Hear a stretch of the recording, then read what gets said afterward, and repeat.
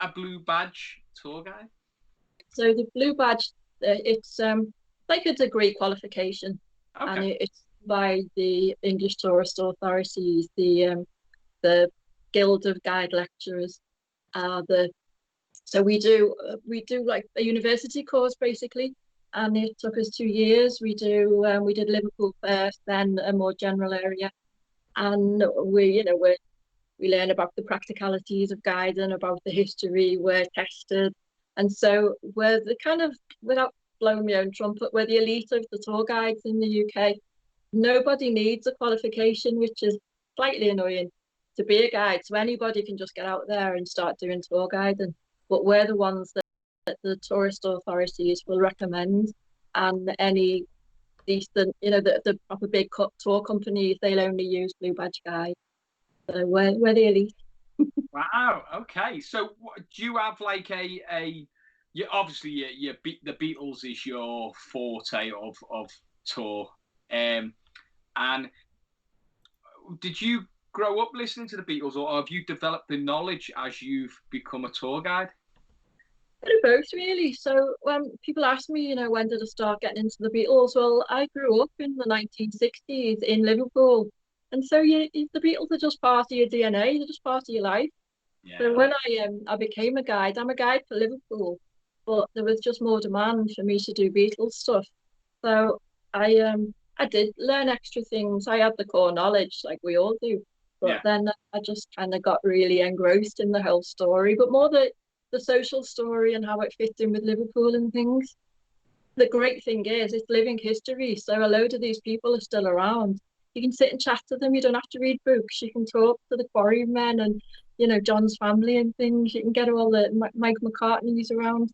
You can get lovely little stories that you won't find in books from the real people who grew up and lived it all. Sorry. One thing that I'm having technological problems then. My mum just found in the middle of the call, and then I've just dropped. I was just saying when you're saying about the stories and stuff, I put the little group I had a couple of years ago called the Babyface Beatles. I don't know if you came across them.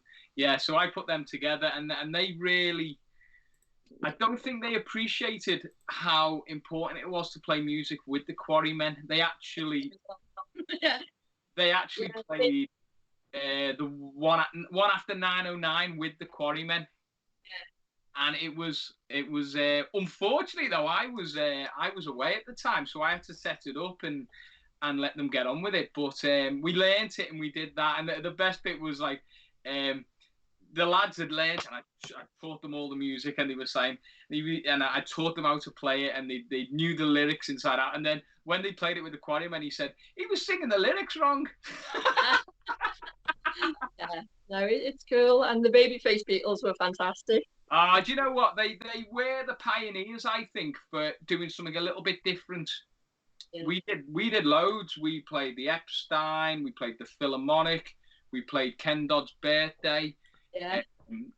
We did loads, and then they just got a little bit older, and it just didn't have the same thing. But Kid, remember that? Before your time. Well, exactly, but it gave them. Sorry about that. I've got a proper. No, don't worry. It gave them a real insight to playing Beatles songs live, and it was important. I think that they really enjoyed it. But as I say, they when they did play it was at St. Peter's. Iconic, absolutely iconic. It's so important, isn't it? How many visitors go to St. Peter's a year? Before COVID, obviously. How many would go? Yeah. A hell of a lot of us. Every tour I did would go to St. Peter's Church. And we because mine are smaller tours, you can't really take big coach loads in unless it's pre-arranged. But I'd be there 5-6 times a week. And I still go out and I'll do some little virtual tours and things, and it's sad to see it all empty, but it'll be back again. Have they changed the windows in St. Peter's? Yeah, so what happened? The windows were starting to fall out. They had, you probably wouldn't even notice them, but they had little panes of coloured glass, And I pointed out that they're actually the colours of Sergeant Pepper, which they were, these little veins. Really? Just by coincidence. But they were falling out and they were dangerous, and so they had to take them apart bit by bit. But they're little squares of glass in like the green, the yellow, the orange, and the pink. No, the blue and the pink. Yeah. And so I think they're going to be auctioning them off in the future, selling some of them off. Oh wow! Because they are the original windows of when John met Paul, aren't they? Because the stage came up a couple of years ago, didn't it? And the stage now in the museum? It's in the Museum of Liverpool now. I haven't been since they it was hidden by the John and Yoko exhibition. So it was always there, but hidden behind some of the screens in the exhibition. That's and right. now there's a new thing there, a transport one. So I don't know if it's there or not now. I think it might be. I've got a piece of our friend. We've got a mutual friend, and we Donna. Donna, yeah. Hi, Donna. Hi, Donna. We will say hi to Donna. We'll tag her in as well. Donna is a bit like you. She's an integral part of the Beatles week in St. Peter's. Yeah, and she always turns up in random places. Like Sam and I went to just before lockdown, wasn't it, Sam? We went to that show in the film. Oh, the 60s show. 60s show, and Mike McCartney was there, and Jerry Marsden was singing, and who was on the front row? Donna and her mum. Of Mike McCartney before Paul McCartney. She was a huge Scaffolds fan, and she loved Mike McCartney. When she was there, she was like, "Hi, Chris! Hi, Chris!" We were in the little box on the side. We were very lucky. We were gifted tickets by Mr. Mickey Tomlinson himself, and we were there in the box, weren't we? We were living the life, living the high life. We were like royalty that night. But Donna plays, like yourself, an important part in the history of the Woolton Beatles community, and it's a big, important community. The bus must take hundreds of tourists a year up that hill. Yeah, possibly a day. Yeah, and the tour is the Magical Mystery Tour starting Friday. Wow. And I'm not sure what the new rules and things are, but it's just once a day. It used to be 3-4 times a day. Once a day. It's a scheduled bus route, the Mystery Tour. And so maybe they have the same rules as public transport. Right. And so, see how it goes, starting on Friday, and once a day at 2:00, I believe. I've always said, and I think it's needed. I think you got to keep these tourists for a little bit longer in Woolton, because there's so much there. There's so much history. You drive up the hill, you see the obviously the church. You see the Eleanor Rigby grave. I don't know if did they get off and have a look at the grave? Do they or no? No, they don't. You just kind of see it because it's quite near the front, isn't it? And but I think there should be a way to keep them there. And I've always said, Sam, there needs to be a Beatles live music venue in Woolton Village. And just pack them all in when we can, obviously, and then let them carry on with the tour. But yeah, it's interesting. It's like Woolton Hall. I was saying that it could have been a perfect hotel. Keep the tourists here. Yeah, but Woolton Hall is something that's close to both our hearts. I've been campaigning for Woolton Hall for about 3 years now, getting nowhere. And you went to school in the hall, didn't you? The first pupils to go into the brand new school, which is now so obsolete they've knocked it down. The hall was part of the school. We didn't use it for lessons or anything, but I think it was used for storage and things. Yeah. And so, Wilson Hall, I was there every day of my teenage years. Wow. When was the last time you went in it? Before, obviously, what was it, 2007, something like that, it shut? Yeah, I've got a vague memory of going in for some kinds of fair or something, or some kind of party, but I don't remember it in great detail. I just remember it being storage when we were in school, but I think I've been in there since. Yeah. But I went to school in Woolton, but I lived in Walton. And so when people say, well, what's the difference? I say about 200 grand on the price here.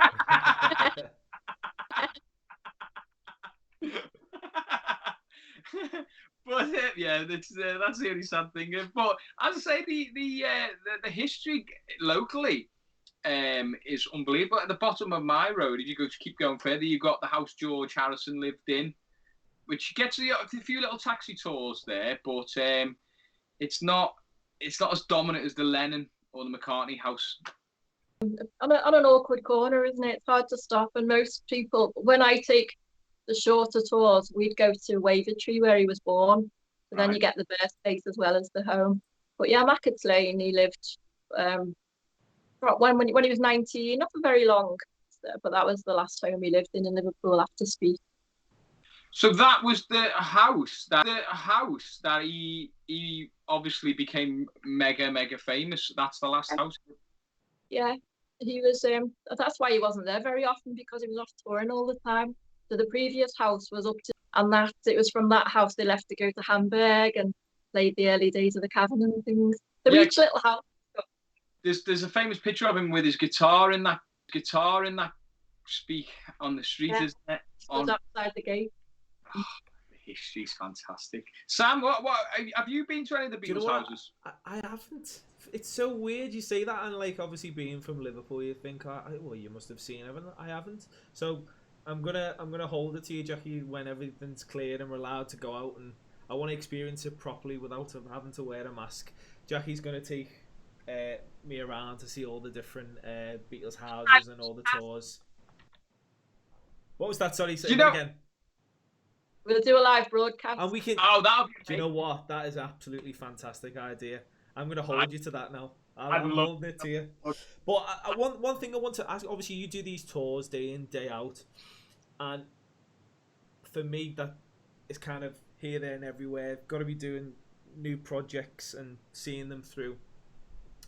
Does it become tedious doing the same route kind of not every day, but you know what I mean? It does become tedious, or because you love it so much, it's just I get up every day with a smile on my face. So if you've had a look at my website, and the amount of tours I do, the choices of tours are quite extensive, really. And sometimes we'll go out and do the Beatles Welsh connections, or we'll go to the Wirral, or I do a standard tour, which is just about 3 hours long, which hits all the hot spots. And so I do that one quite repetitively. But the thing is, the people I work with, the people who come on the tours, they've travelled so far. They've waited since 1964 when they saw the Beatles on the Ed Sullivan Show. And it's so important to them that I see it through their eyes every time. I can't be complacent about it, because I've got such a responsibility to bring it all to life. That's a fantastic way of looking at it, to see it through their eyes. And I actually didn't really see it like that. I just see it as a 9-to-5 job. But with you being on that tour every single day, is there a particular, is it John Lennon's house? Is it one of the houses, or Strawberry Fields? Is there a particular location that is favourite to you and that you love so much? I've been asked that quite a bit. And I hate to say anywhere, because I've got so many friends in each place that have known me so long. That's I fine. don't know what we'll allow you. So I usually give 3 answers to this. I usually say St. Peter's, hi Donna, I'm Graham, and Penny Lane to the community centre with Julie there, and what was the other one? And Strawberry Fields, of course, because that new visitor centre is amazing. But then it's like asking what's my favourite Beatles song. I can reel off loads. So I can go the Casbah or the Jacaranda or the Cavern. I can keep going forever. So I don't particularly have a favourite. George is my favourite Beatles, so I like going to Arnold Grove. Ah, right, okay. And what is it about George that you like? He's a bit quieter, isn't he? He's not so much in your face as the others. I think when I was a little girl growing up in Liverpool, so my parents were only young, so my parents are the same age as the Beatles are now, basically. So my dad's name's George. So when I was a girl and people would go, "Are you Jack? Who's your favourite Beatle?" I'd say George, like my daddy. My dad's a Pisces. He actually looks like George Harrison, my dad. And so I've just always stuck with the nicer, quiet, thoughtful, clever, witty. So yeah, still George. And you've become all right. The closest I've seen you from, I've obviously known you a little bit for a while, and you became very close to coming right next to Paul McCartney at one point, weren't you? I'll take you back to the beginning of this story. I was on a tour with 4 people from the west coast of the States, Washington State and California. And that day I was mega busy. It was a Saturday. I had 3 tours that day. Theirs was a 3-hour tour and it was due to finish at 12. Then I was having a little break and I was going to do a walking tour for a hen party, right? But the weather started to change, and so I said to them, do you mind if we just pop by my house on the way back to town so I can pick up a coat? So I live down by the marina, so it's just on the way in. So I delayed the tour by maybe 3 minutes when we ran in and got my coat. This sounds really boring, but it's important. And so we got to the pier head and we were saying goodbye. The driver I use, my tours are all chauffeur driven, they're not, I don't drive them. And the driver had been booked to drive them on to Bath after that. We were just about to say goodbye, just about to get back in the car. Bear in mind these 3 minutes when I picked my coat up. And the next minute, this black car pulled up. And first of all, James Corden got out. And I was like, oh, I know him. Not bothered. The next minute, McCartney gets out the other side and just starts walking over. And these 4 people are looking at me going, did you arrange this? I'm like, and yeah, he just walked over. I wish I took a selfie, but I couldn't work my phone. Honestly, my hands were shaking. I didn't know what to do, what to say. And so I managed to take a couple of pictures, but I couldn't, how to do selfies? I couldn't do it. And then he posed for a couple of pictures, got back in the car and drove off. And they're all looking at me like, you should have said, yeah, I've arranged that. I give him a bell this morning. But then everybody about no, but I've seen the pictures, and he's by the statue, isn't he? He's by the four Beatles on the pier head, and he gets a few pictures, and then yeah. But you got a few good ones. Yeah, I did. And pictures of me. Hey, that's what we like. That is what we like to hear. Oh, and the best thing is when they did the show on the longer version. So I sat down, handshake, and got a cup of coffee in between the tours. And I put a tweet out, and it was just dead nonchalant. Oh, it's not often Paul McCartney turns up on my tour. And it's on the show. My tweet is on the screen. Wow. If you watch it as he's walking away from the statues, and mine, there's like when they put a load on top of each other, mine's on its own, big tweet on the screen. Jackie Spenser, not often Paul McCartney comes on my tour. I tell you what though, the thing with Mac is quite good. He just, when he's fully involved with the tour, he gets himself fully involved. Like what did he do? The warm up show in the Phil pub. Oh yeah, well that wasn't a warm, totally out of sync that, because the very first thing he did was got out at the statues, but right. When they show it on the screen, they show it quite late on. So he did that before Penny Lane and Fourth Lynn Road and the cricket gig and all that.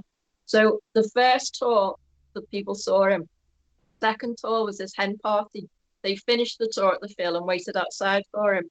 Third tour was a coach tour, and they were supposed to have dinner in the Phil, but they put them back half an hour because McCartney was in there. Wow. So all 3 of me tours that day. And we're talking probably about 50, 60, about 65 people, 64 even, were with me that day, and all of them got influenced or touched by Paul McCartney in some way. Wow. Unbelievable. That was cracking stuff. When he just turned up and played the pub. Yeah, that they've been getting it ready for the week before, because I passed on tours. Why is the film crews here? Why is the pub shut? Why have you got all these people outside? And they said, we're not allowed to tell you. So it had been about a week before they were getting it all ready. So it's not like he just turned up. They built a new bar. They put a dookie in, which isn't there usually, But a little bit less spontaneous than we think. This is what happens when Sam goes. To his local pub. They get it ready, because he's been on the telly a few times. Look at him there. I'm not putting it on me. It's on you right now. He's a celebrity. He's a minor celebrity. He's not as big as Macca, but he's done a few things. Look, you can't mention me and Paul McCartney in the same breath. You can't.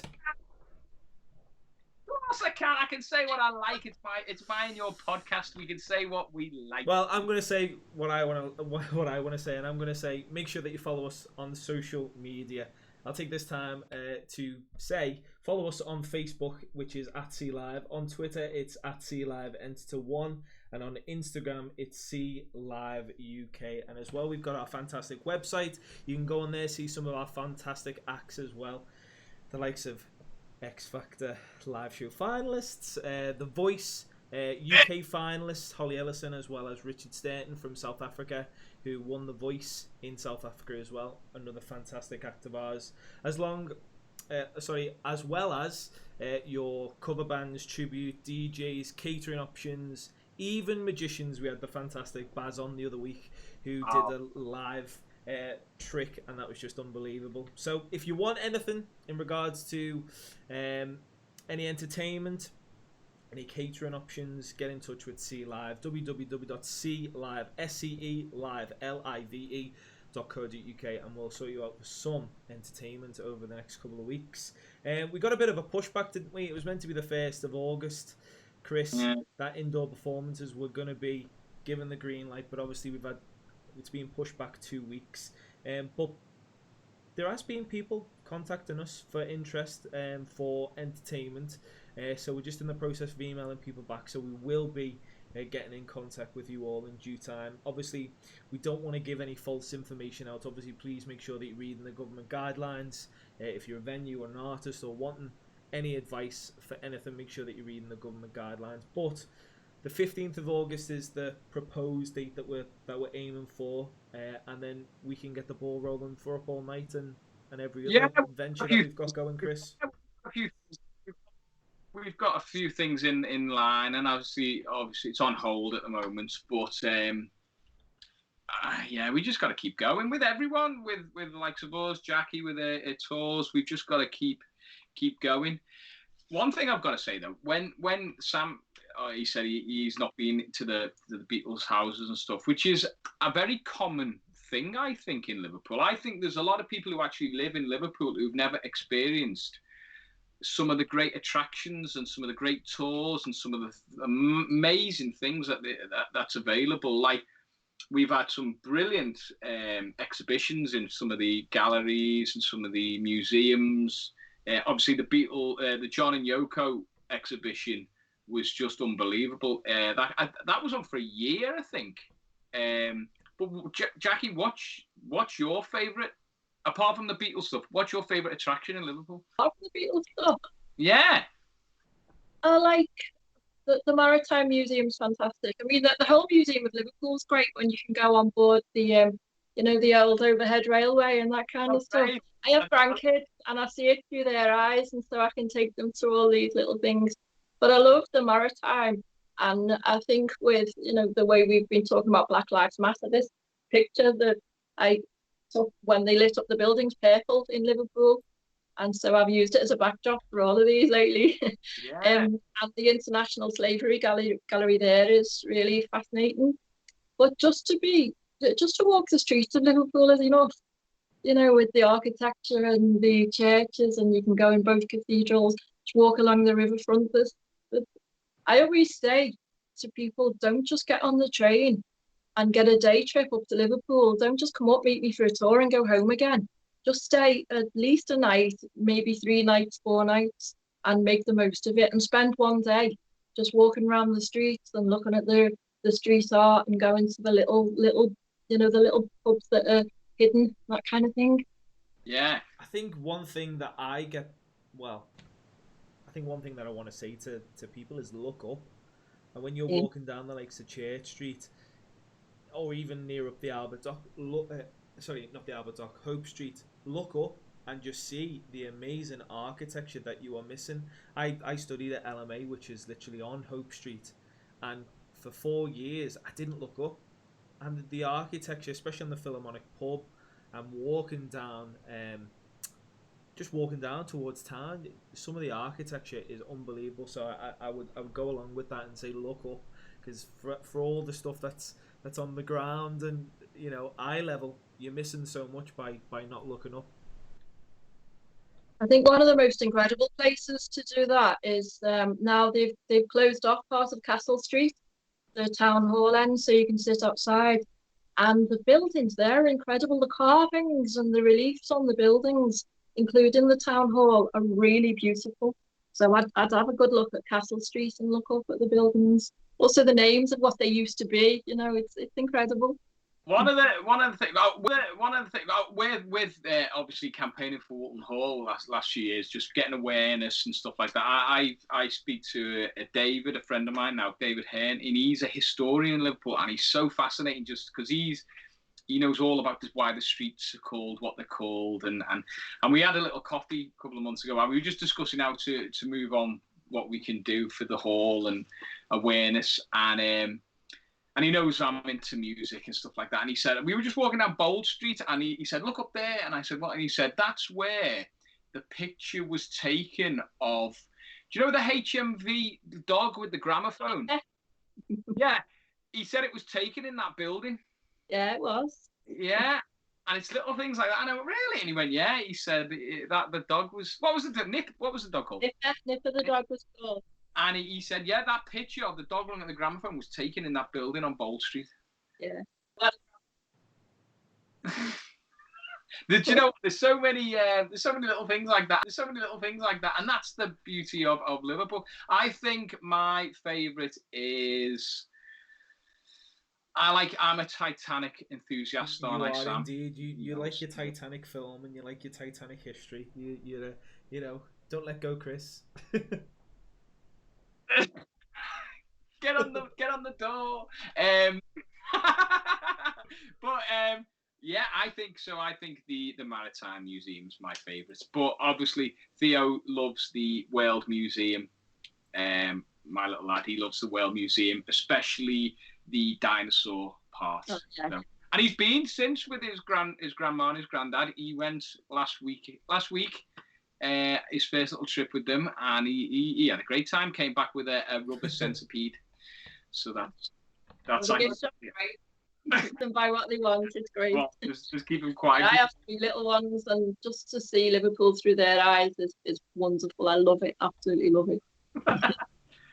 When you obviously go on the tours and stuff, it must be an incredible feeling to because people have never experienced sort of how close they are to the history of the Beatles, and as you're saying before, it's looking at it through their eyes. But you must meet some amazing people on these tours. Yeah, and walk of life, every age group. There's no kind of.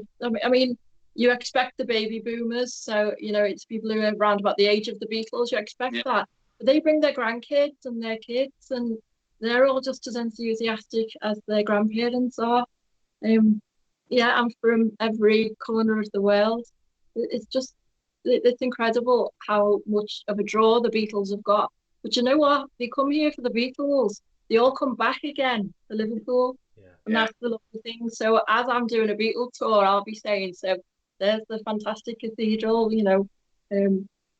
But it's where Paul McCartney was turned down as a choir boy. So I'll throw a Beatles thing in, but then I'll go on and tell them the history of the building as well. And they become fascinated with Liverpool.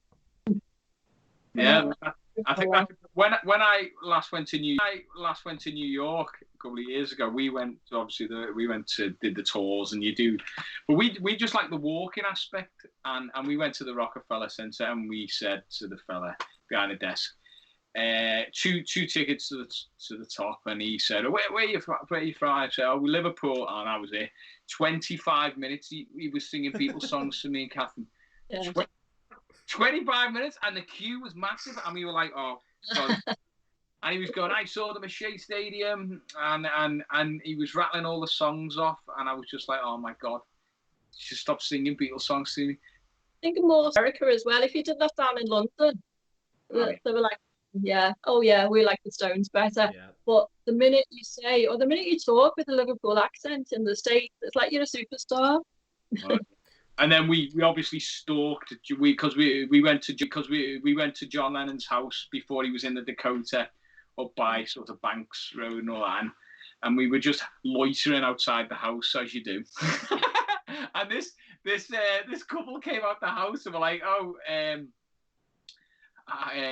you're obviously Beatles fans," because they knew, and he said this house had been passed down through the family, and the daughter was a film producer or something, being passed down. But yeah, we were just loitering outside the house trying to get pictures, and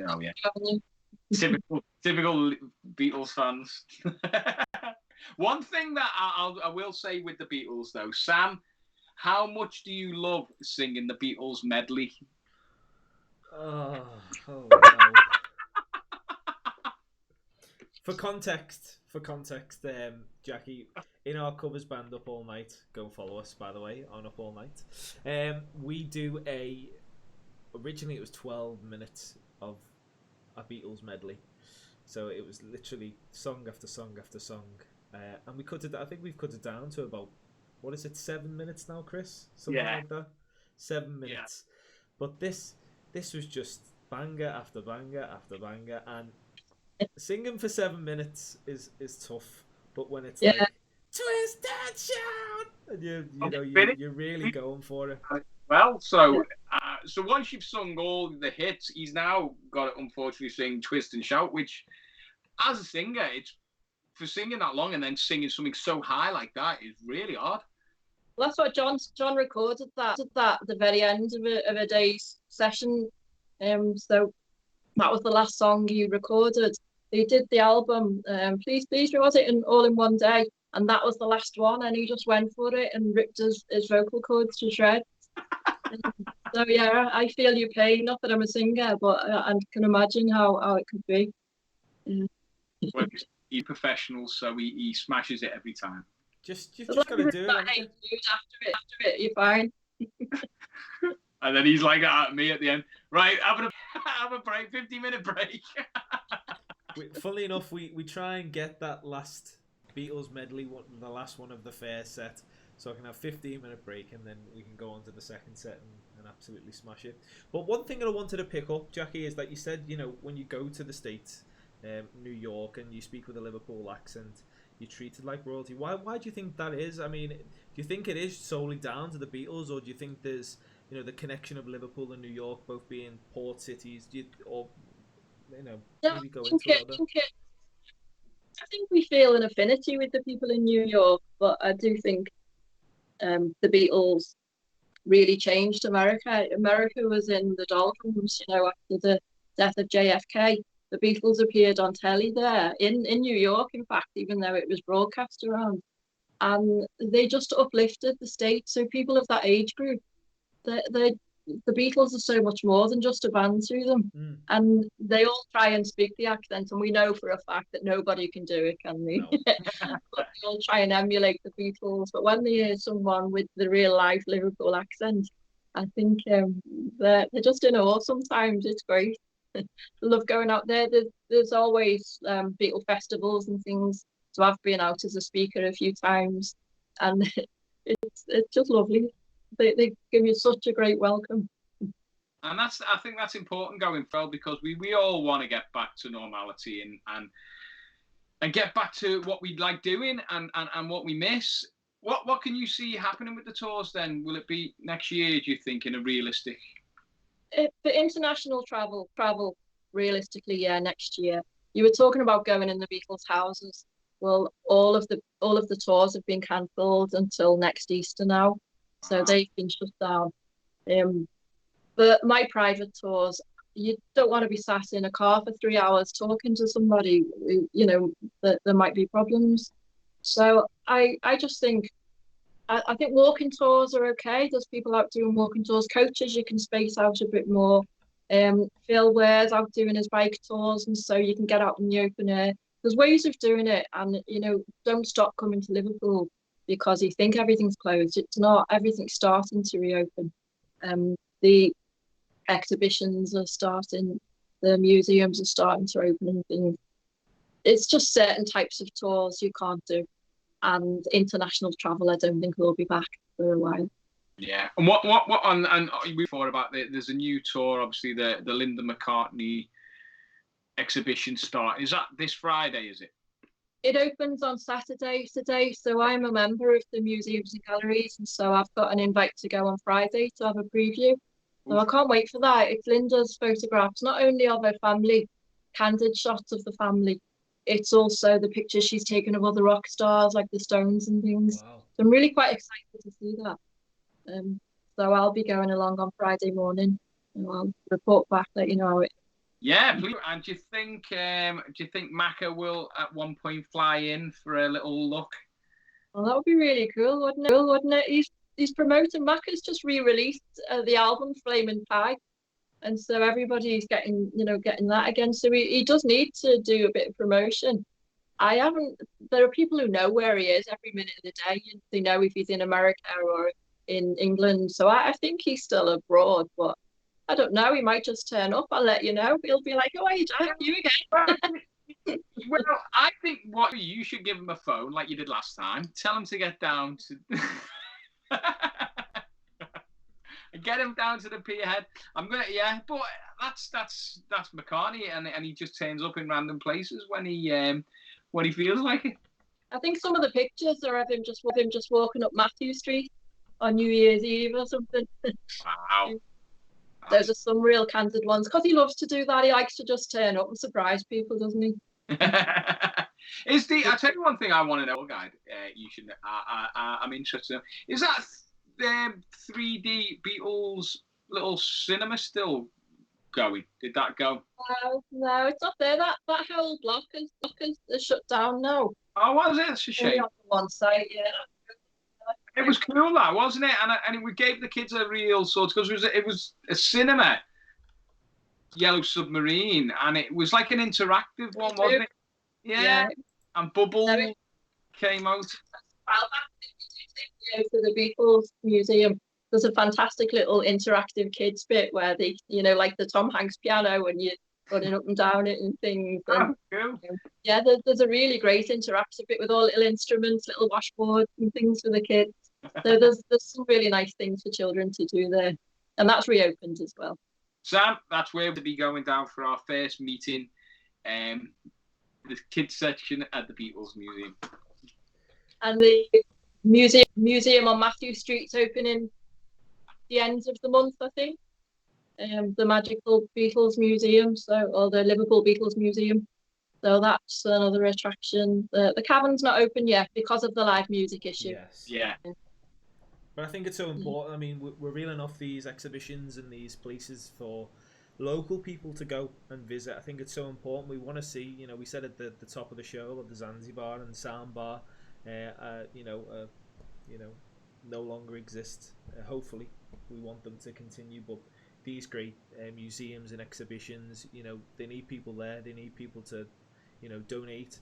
I know some of the museums are free, but it's always so important for you to donate to keep these great museums and exhibitions going, because we want more tourism in this city. We've been quite greedy in the past, obviously, with everything that we've got, but we still want more. This is a great city that has a great wealth of history, not only in music but in every other means. So I think it's so important that people around Liverpool and the surrounding areas come to Liverpool and see what Liverpool is about. Jackie, is there anything else that you want to plug? You can plug your website, which is the Beatles Guide. You can go on there and go on, Jackie. Take it away. It's beatleguide.com. So that's all. So I've do you know what? I started every single day at the beginning of lockdown. I did little virtual bits of videos, so a lot of those are on YouTube. And you can link to that from the website. And I've done a whole 3-hour virtual tour as well, but you have to buy that one. And you can find all your social media on the Beatle Guide website as well. It's all there. Fantastic. So there you go, folks. That's been another edition of the Sea Live podcast. As always, to Chris, thank you so much. Yay! And here's my John Lennon picture. The best Beatle for me. Fantastic. Jackie, thank you so much again. Thank you for taking the time for being with us this evening and and dealing with us. Thank you so much. And as always, thank you to you for joining in, and make sure you dig deep into your pockets. Save the Zanzibar and staycation. That's what we want. Stay in Liverpool, see these fantastic places, and we will be back next week with another edition of the Sea Live podcast. Thank you so much. Good night and God bless. Bye-bye. Hey, bye now.